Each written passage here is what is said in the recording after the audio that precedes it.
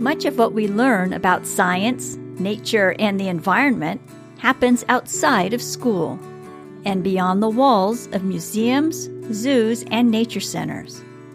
I have worked as an independent environmental professional for many years and know there are others like me who interact with the public in communities worldwide.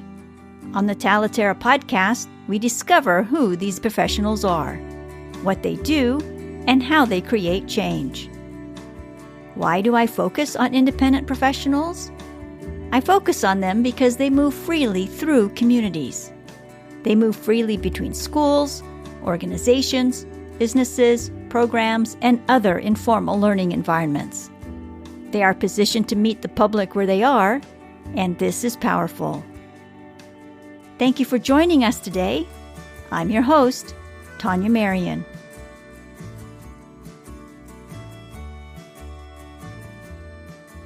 Hello and welcome. Today we get to learn from Tom Rhoads. Tom is an economist and professor at Towson University in Maryland. In this episode, we dive into the topic of economics, environmental economics. I first learned about Tom and his research at an environmental education conference. There, he spoke about marginal costs, total benefits, and environmental action. While Tom's past research focused on sports economics, his current research focus is on environmental education. Where is the economics in environmental education? Let's find out. Tom, thank you so much for being on the show today. I would like to explain to listeners that I first learned about your work involving economics and the environment at the past conference of the North American Association for Environmental Education. You were part of a spotlight type session where people were sharing their work with attendees. And your talk stood out to me because it was about economics. And that is not the topic that you normally come across at an environmental education conference. And so I reached out to you afterwards, and it was so grateful that you took the time to have a coffee chat, and I got to learn more about your project, and I'm thrilled that you're here and that I get to introduce you and your research, your new research project to listeners. So thank you so much. Can you introduce yourself to listeners and how you came to the field of environmental education? Sure. So, thanks, Tania, for this opportunity. This is a great chance for me to share with people, and I look forward to hearing back at some point from people too with these ideas that I've got. So I really got interested in environmental education. It was probably within the past 5 years. I got my PhD at the University of Wyoming. I focused on environmental economics. As soon as I got into my academic career, I started doing research on that, but I got sidetracked by sports. And so for about 15 years of my academic career, I really focused on sports economics, got very involved in that, had a lot of fun with it, had some success. But then I started kind of getting back to my roots, so to speak, with my interest in economics and specifically environmental economics. I've been teaching an environmental economics class at Towson University. We're outside of Baltimore in Maryland. And so I've been teaching this class, environmental economics, for about 25 years. Typically, I've got, in one semester, I'll have about 25 to 35 students. And over the years, what's happened is I've experienced a shift in the demographics of the class. It used to be largely econ majors, and now it's mostly environmental science and studies majors. And so certainly they have a very different background in economics than a typical economics major. So I've got to change the way I approach teaching environmental economics. I can't be as heavy on the economic theory. And so I had to kind of reformulate how I approach teaching the topic. Instead of just kind of saying, here's the economics and we're going to apply it to the environment, I started taking a new approach of saying, well, here's the environment and let's see where the economics is in there. And so I kind of got motivated to improve my students' writing skills, and a lot of that involved having them read more. And so I said, why not try to get some of the classics into them? So I had them read books like Silent Spring by Rachel Carson and Sand County Almanac by Aldo Leopold. And as I got deeper into, especially with Leopold's work, it just really seemed to resonate with me that there's a way of approaching teaching that doesn't necessarily just involve here's the facts and here's the models and that's it. You've really got to make sure that your student is intimately involved in kind of the context and also the stories. And so as I was doing this, I think I'd really just stumbled upon this topic of environmental education, probably doing Google searches and just kind of putzing around on the internet, seeing what's out there. And I discovered this and I said, oh my goodness, this is kind of neat because it is essential. There's a huge history of environmental education, but there's not a lot of economics in there. And as I've been teaching my class, if there has been one thing I've noticed in the difference between my environmental science and studies students and my econ students, the ESS students are very quick to recognize the benefits of environmental policy, but they're very slow to recognize the cost. And so my econ students would have no problem recognizing both benefits and costs, but the ESS students, which I assume are very typical of the folks in the environmental arena, not quite as familiar with identifying the costs. And so that's really where I saw some low-hanging fruit to begin to think about how can I introduce maybe some economics into this EE field, that it might be something that people can start to familiarize themselves with and really start to understand a little bit more about where we come from as economists. And so that's really, I don't know if that's the long version or the short version, but that's really where I came from to get to this point of actually presenting a paper at the conference back in October. So can you give us an example of some of the costs, or at least one of the costs that ESS students weren't seeing?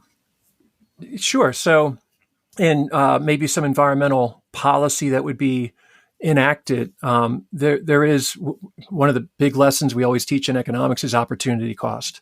And so if we're pursuing some environmental policy, that means we're devoting resources towards that, which means we don't have those resources to devote towards something else, whether it's traditional education, whether it's highways, transportation sector, could be the military, it could be a whole bunch of other things whether it's at the federal level or even at the state or local level.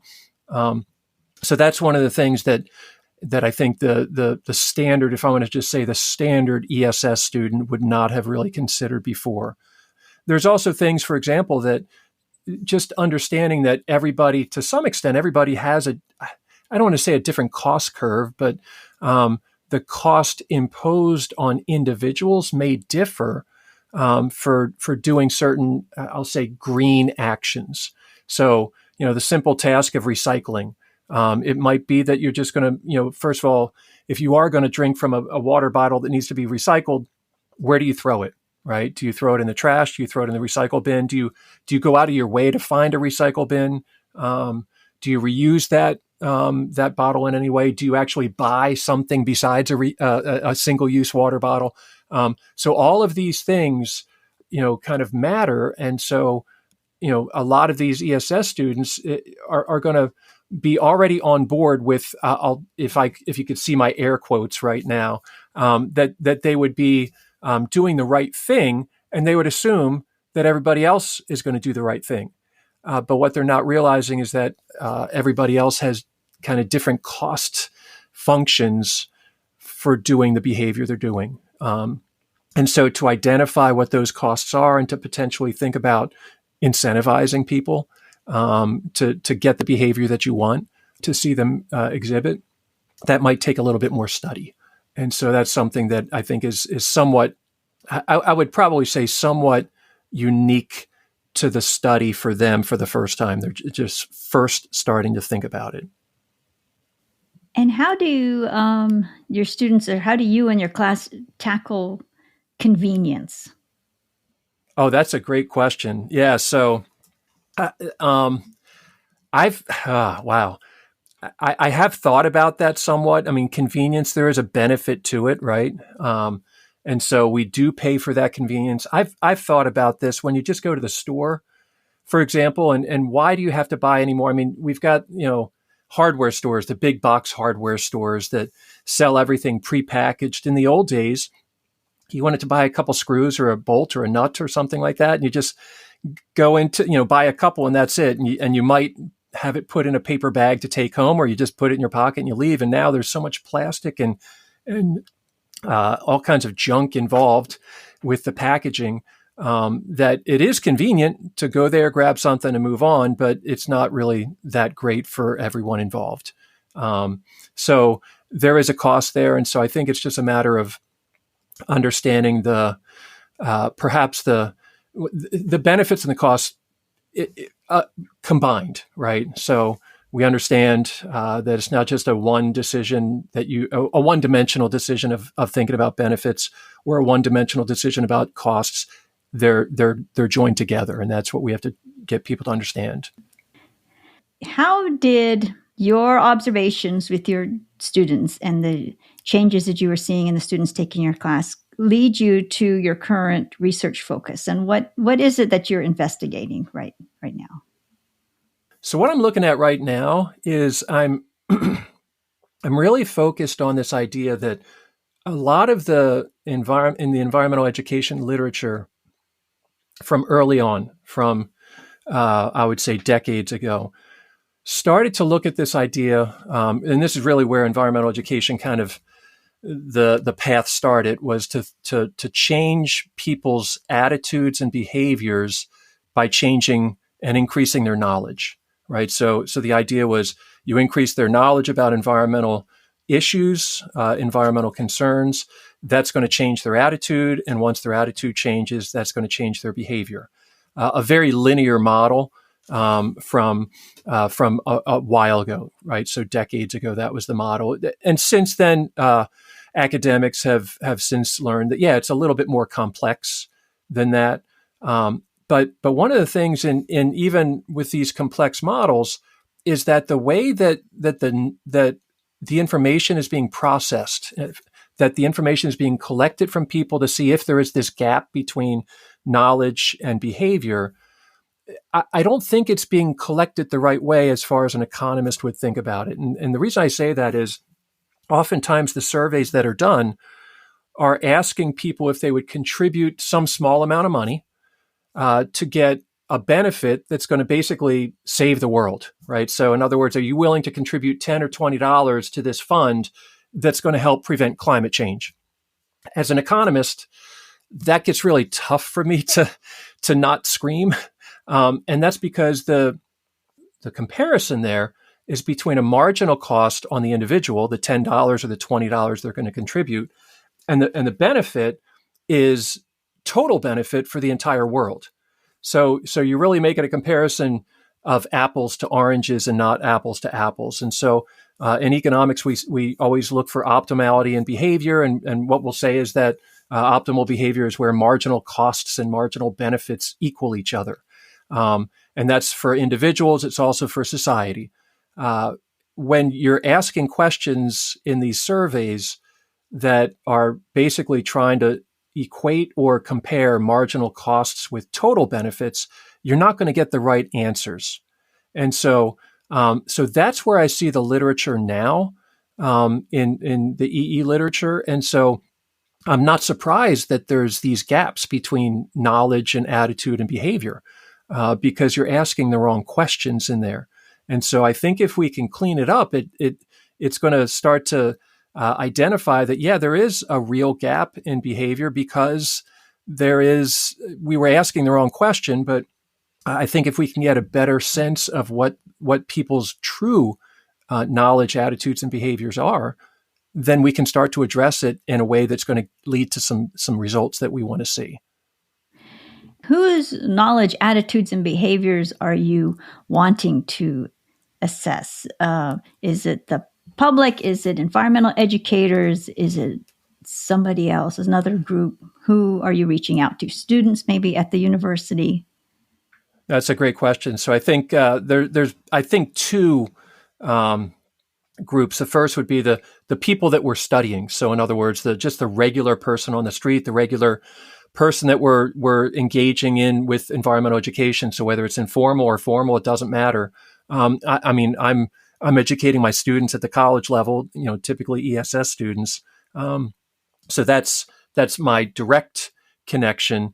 But if we're educating people on environmental issues, that's the first step is to have them understand that there are costs to their behavior, to their actions, and there are consequences too. There's benefits from their actions as well. But also to educate environmental educators themselves that I think and I hope this sounds okay. It's not a bad thing to acknowledge some potential difficulties with changing people's behavior or with identifying maybe some, in the past, hey, we might have done this incorrectly. Let's try to improve on it. And so that's part of what I want to do with the research that I'm engaged in now, is to really start to focus on how environmental educators present their information, how they get people to understand that their actions are costly on them. We don't want to dismiss that at all, right? So, as goofy as it might sound to say that there's a cost on somebody to throw a bottle in a recycle bin, there is a cost on them. It may not be monetary, but they've got to physically walk over there. They've got to consciously make sure they're doing something. They might have to separate their trash and the recycling. That's a cost. And we have to make sure that we identify that for some people, that's a big deal. And so if we can get people on the environmental education side, teaching people to observe their own behavior, that, hey, this is what you're doing. There's a cost to it. But there's also a benefit. And so I think more closely linking the actions that people are doing with the benefits they're getting, I think is going to potentially lead to some really good results. Again, this is in my brain, it's theoretical, but we can apply it. And I think that's where I'd love to go with this research, is just to see if either I can do it on my own, or I'd love to have some people help me out with this, just to start down this path of trying to maybe make little changes in the way things are presented. In your experience with your environmental studies students, what tends to be the first aha moment for them?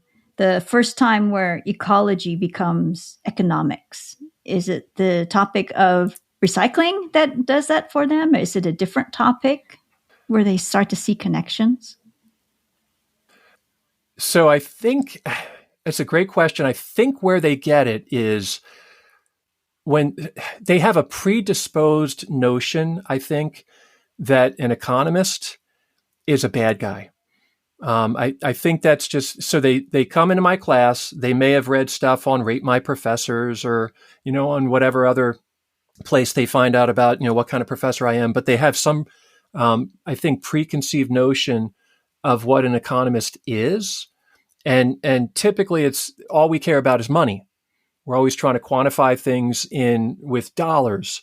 And so when I don't necessarily say that everything is all about money and businesses are always right and environmentalists are always wrong, I think they start to recognize that, wait a second, there might be something here.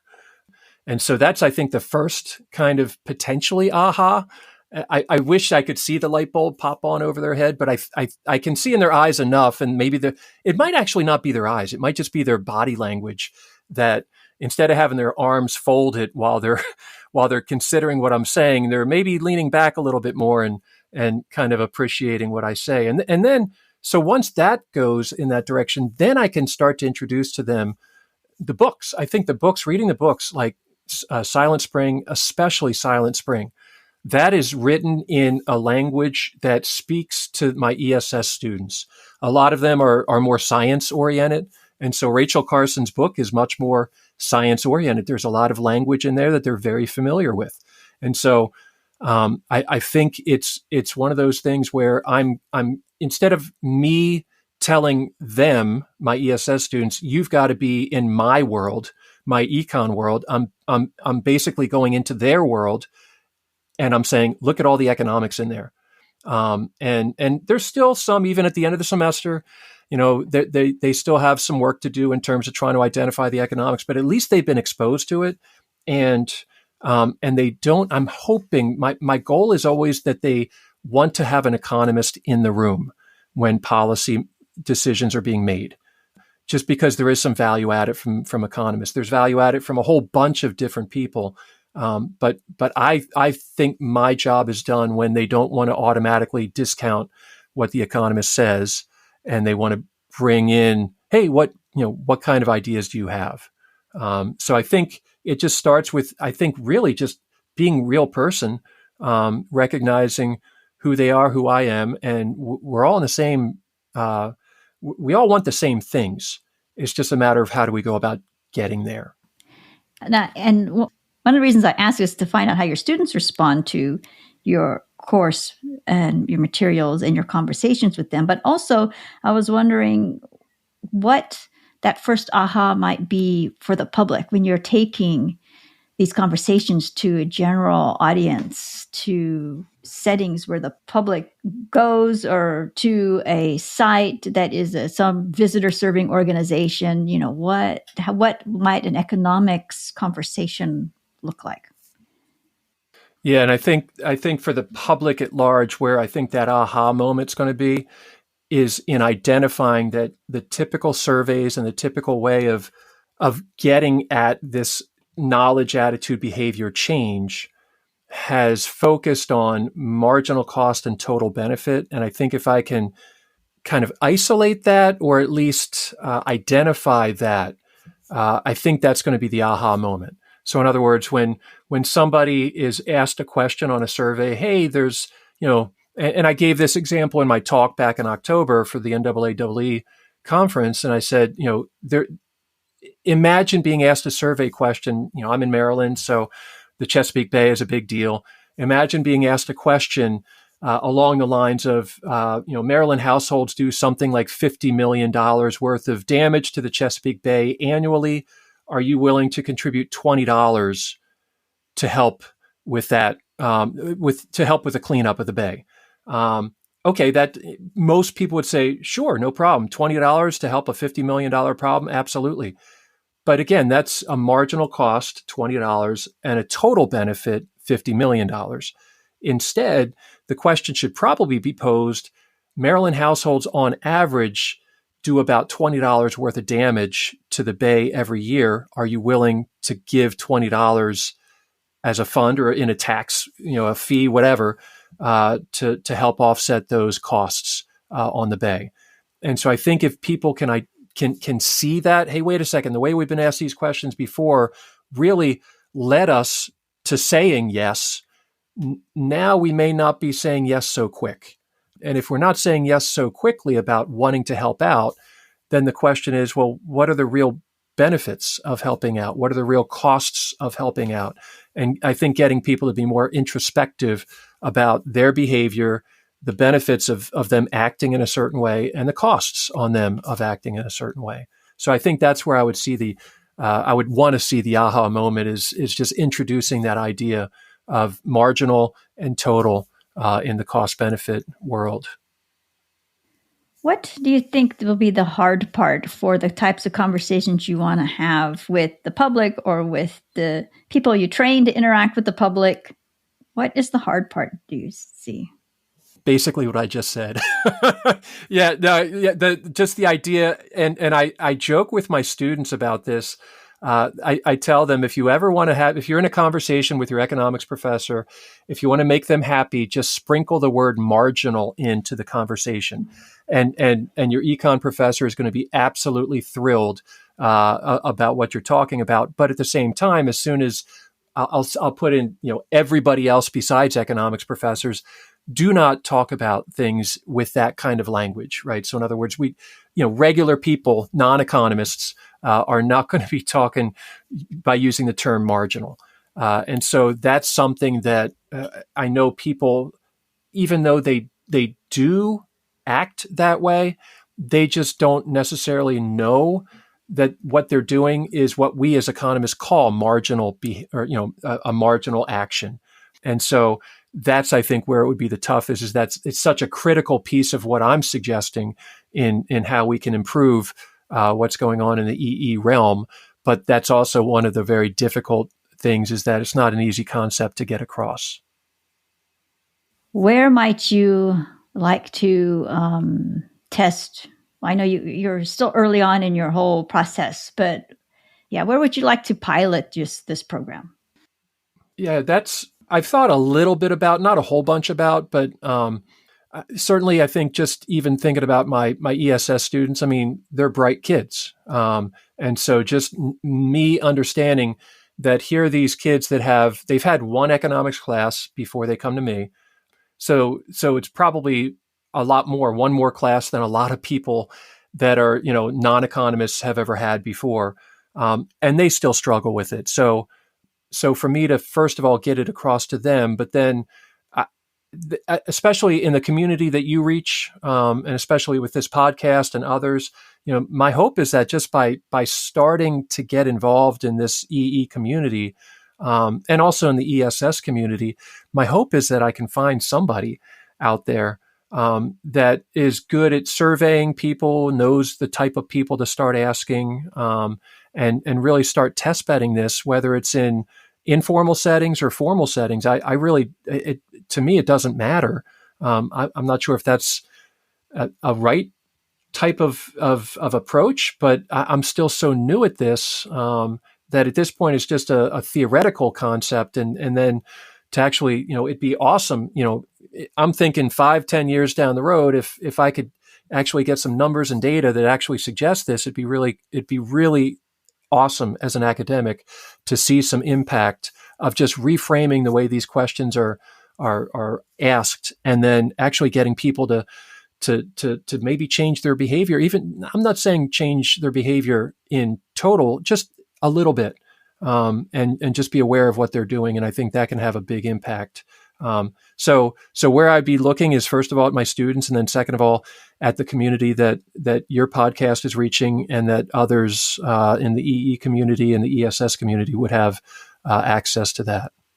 Alrighty. And so what do you need help with, in addition to other people to get involved, to connect with other people, to start having the types of conversations you want to have? How can listeners help you? What is it that you're looking for? If you were to present your list of asks, or Yeah, no, that's appropriate enough to do. So really, I'm looking at this, and it's almost like a new language to me.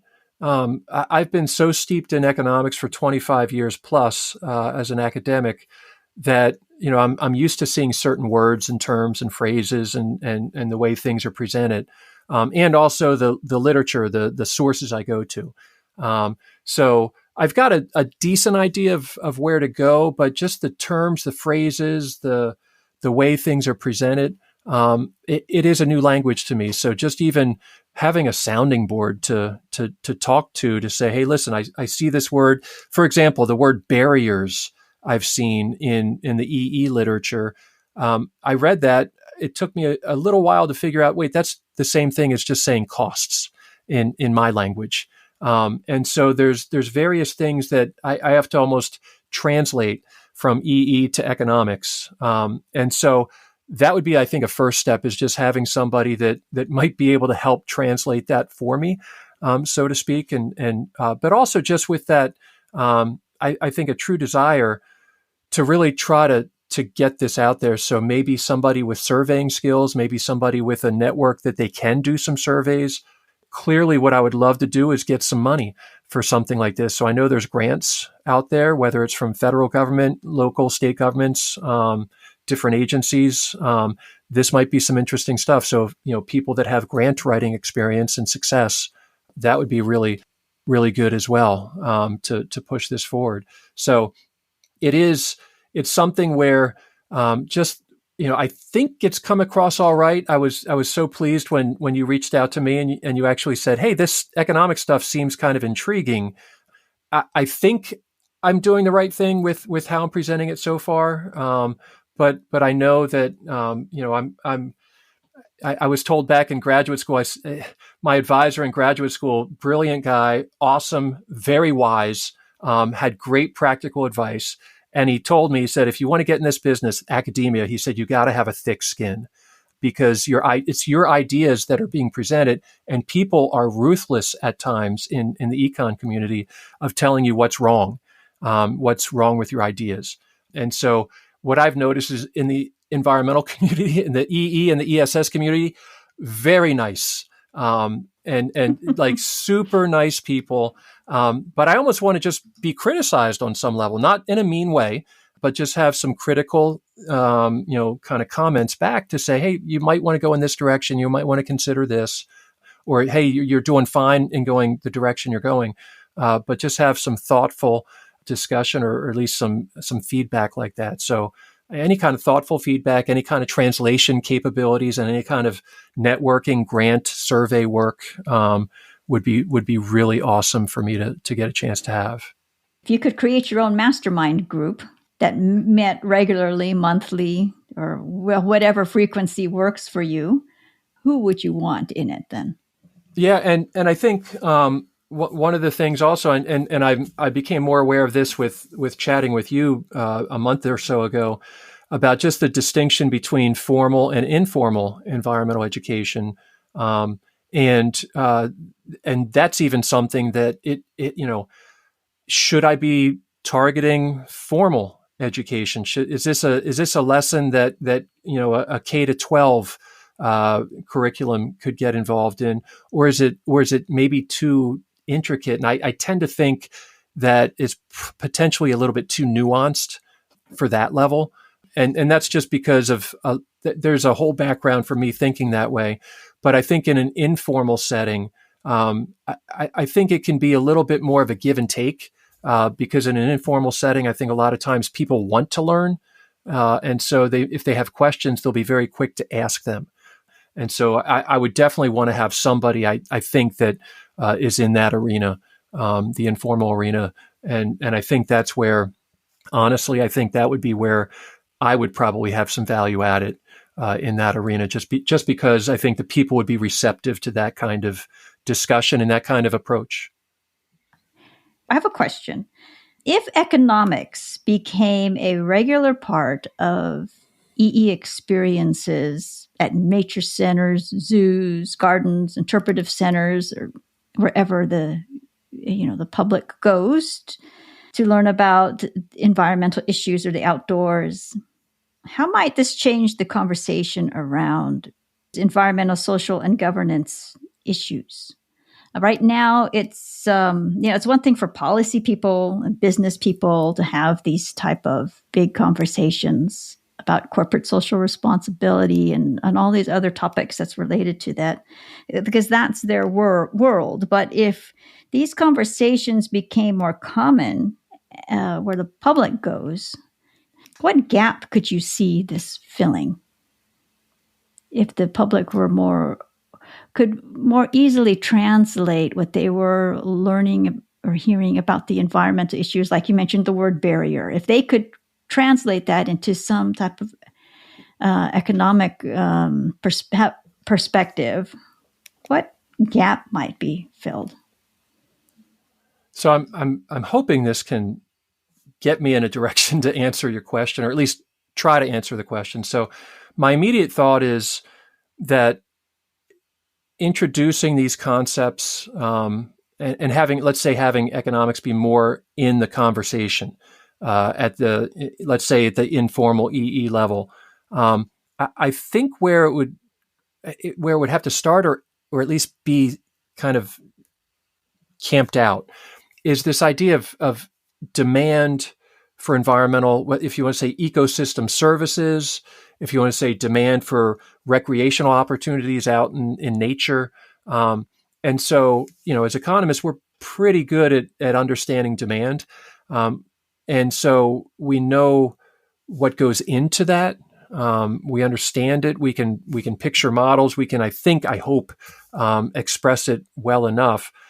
But I think it's really a matter of trying to ascertain where our demand curves are for various topics, things, issues, whatever you want to say, however you want to say it. So in the ESG world, it's a matter of saying what's the demand for this. Is the regular person on the street, is the demand curve pushed out? Has it been pushed out? Do they really want to go in this direction?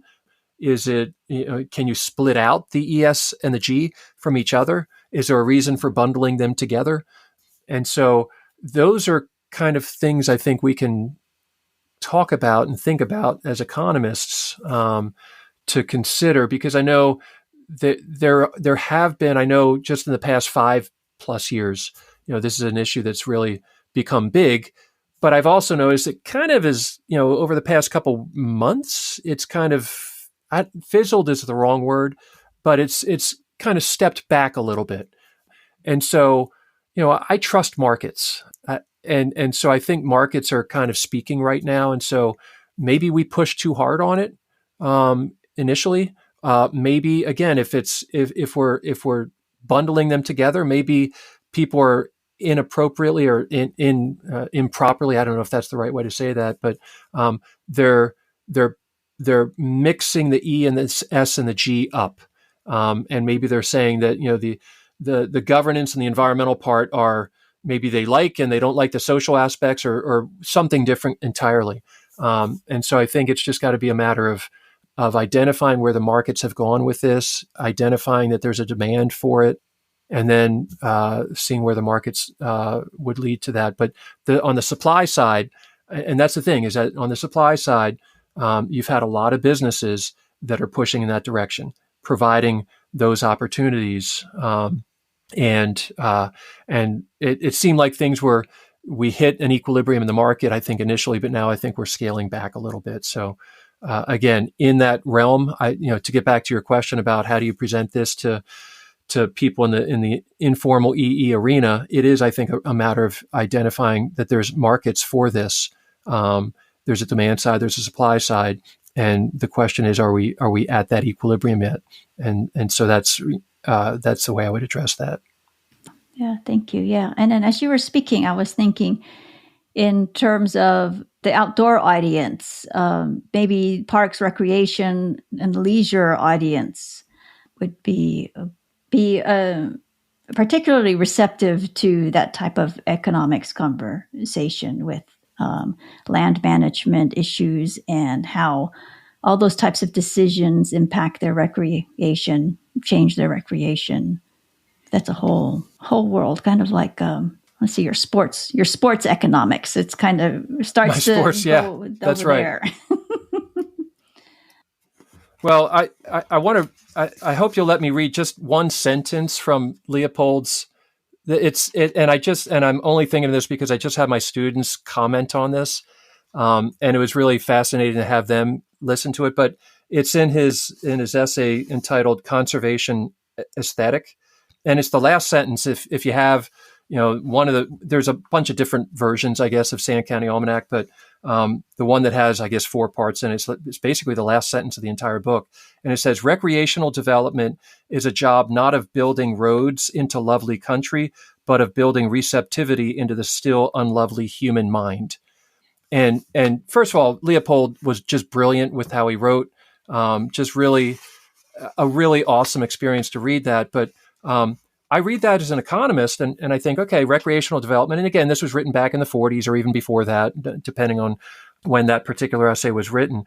But what he's looking at, especially for the question you have about, people in parks, wildlife managers, on some level, again, it's this supply and demand idea, right? And so back in Leopold's day, to get people out to enjoy wilderness, the idea was supply. Focus on the supply side, right? So if you want to get people out there, build roads. And if we build roads, people are going to get out there and enjoy the environment and the wildlands. But at the same time, then it kind of takes something away from what's special about the wilderness. And that's what he wrote about. But then he then went on to say maybe a better way of doing it is, instead of focusing on the supply side, focus on the demand side. Change what people want, right? And so this is a matter of tastes and preferences. We teach this in a standard micro principles class, is that the demand curve is going to shift around based on what our tastes and preferences are. And so if we have a preference for more wild lands, for more wilderness, for just untouched wildlands, or at least just more parks, whatever, it's a matter of changing people's tastes and preferences. So somehow that has to happen. And so that's what Leopold, I think, was saying back then, is if we can, this is my interpretation as an economist, if we can increase the demand for that, and specifically for what he wanted was just more wilderness. If we can increase people's demand for being in the middle of nowhere, and enjoying that, he would prefer that than just building roads out there. And so I think it's really a matter of, and this is why I think I get excited about EE for this reason, is that it really is, it is a market on some level. And it's a market for environmental amenities. And so, the whole point of EE is to increase the demand among, whether it's an individual or for a community or for a country, to increase that demand for environmental amenities. And so the question is, how do you do that? And so there's a lot of places I think that we still haven't even tapped into to basically figure that out. Marketing, for example, there's a whole bunch of marketing professors out there that are experts at figuring this out. So there's a lot of ways to do this, but that really gets me excited, is to think about, even Leopold was thinking about the same things. He just said it in a super eloquent way, in a way that I could never say it, but and that really resonates with people even today.